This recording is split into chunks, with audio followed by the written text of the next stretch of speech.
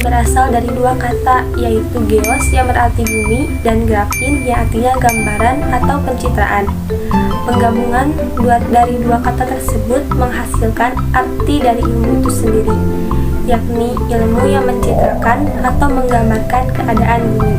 Menurut ahli geografi Indonesia, Bintarto, definisi geografi adalah ilmu pengetahuan yang mencitra, menerangkan sifat bumi, menganalisis gejala alam dan penduduk, serta mempelajari corak khas kehidupan dan berusaha mencari fungsi dari unsur bumi dalam ruang dan waktu.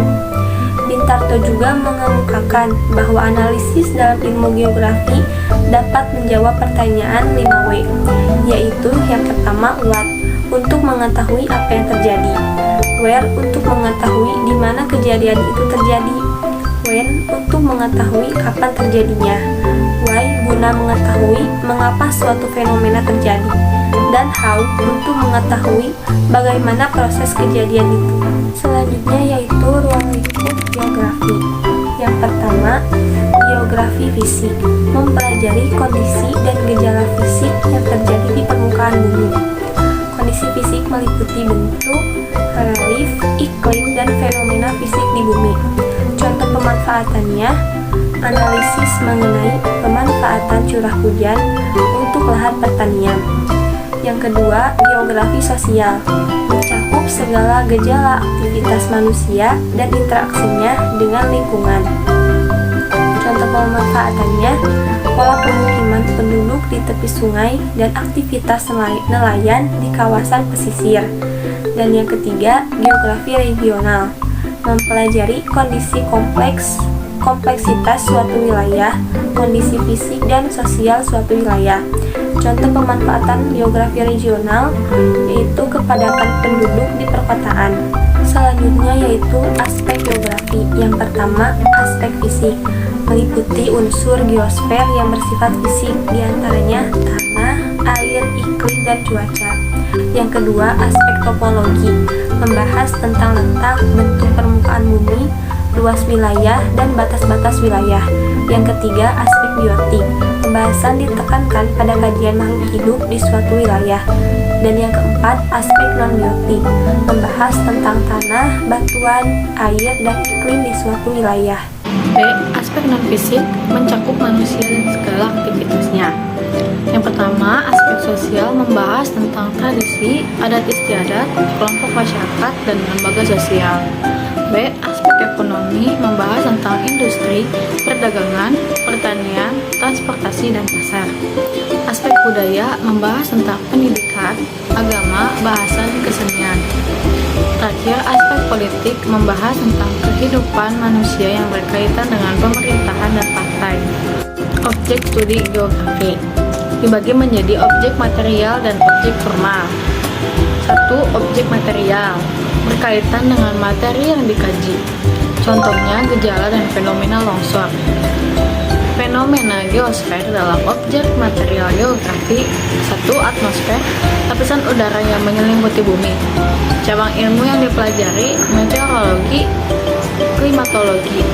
Litosfer, lapisan batu di bumi. Cabang ilmu yang dipelajari, geologi, geomorfologi, dan pedologi. Hidrosfer, lapisan air di bumi. Cabang ilmu yang dipelajari, hidrologi, oceanografi. Biosfer, lapisan kehidupan di bumi. Cabang ilmu yang dipelajari, biogeografi, biologi, zoologi, ekologi. Antroposfer, dinamika kehidupan di bumi. Cabang ilmu yang dipelajari, antropologi. 2. Objek formal, berkaitan dengan bahan yang dikaji, kita memakai pemecahan 5W plus 1H. What, apa yang terjadi. Where, di mana fenomena itu terjadi. When, kapan fenomena itu terjadi. Why, mengapa fenomena itu terjadi. Who, siapa yang terdampak atas terjadinya fenomena itu. How, bagaimana fenomena itu dapat terjadi. Prinsip geografi. A. Prinsip persebaran atau distribusi, menjelaskan bahwa fenomena alam dan fenomena distribusi menyebar secara tak merata di permukaan bumi. Contoh, bangsa Eropa yang mencari rempah-rempah di Indonesia karena di Eropa tidak ada dan tidak bisa menanam rempah-rempah. B. Prinsip interrelasi memandang bahwa fenomena di permukaan bumi saling berkaitan.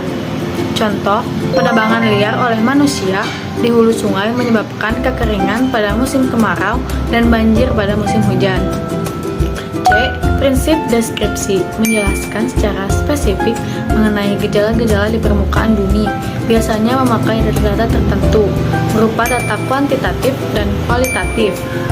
Data kuantitatif seperti peta, tabel, grafik, dan diagram, sedangkan data kualitatif penjelasan dari data kuantitatif.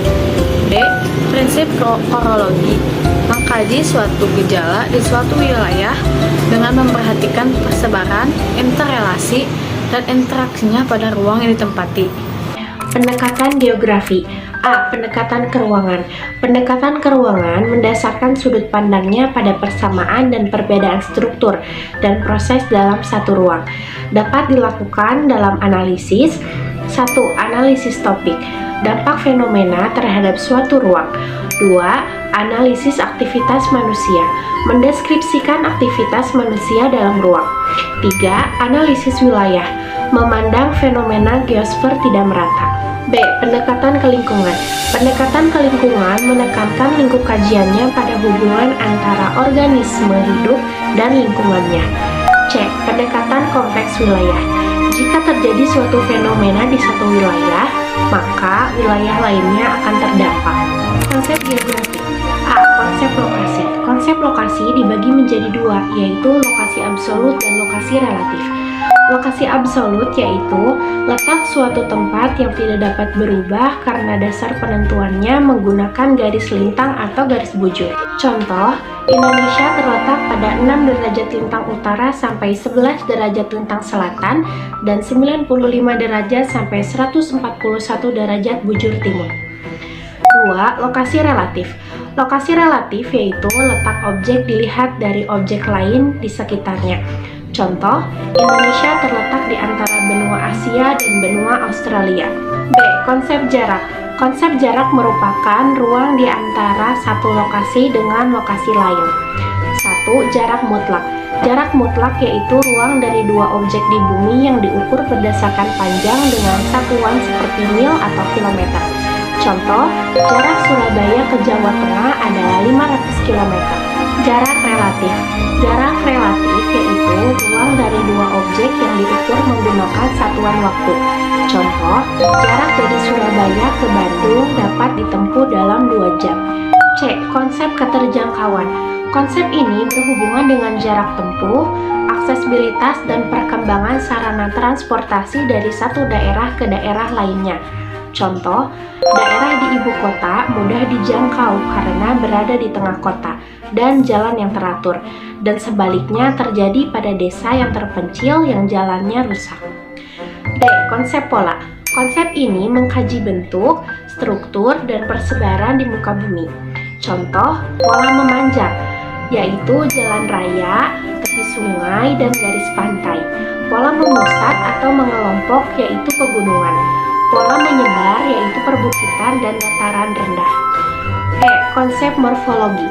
Konsep ini mengkaji bentuk-bentuk permukaan di bumi yang beragam. Contoh, lembah dan ngarai, dataran rendah, bukit, dataran tinggi, gunung, dan pegunungan. F. Konsep aglomerasi.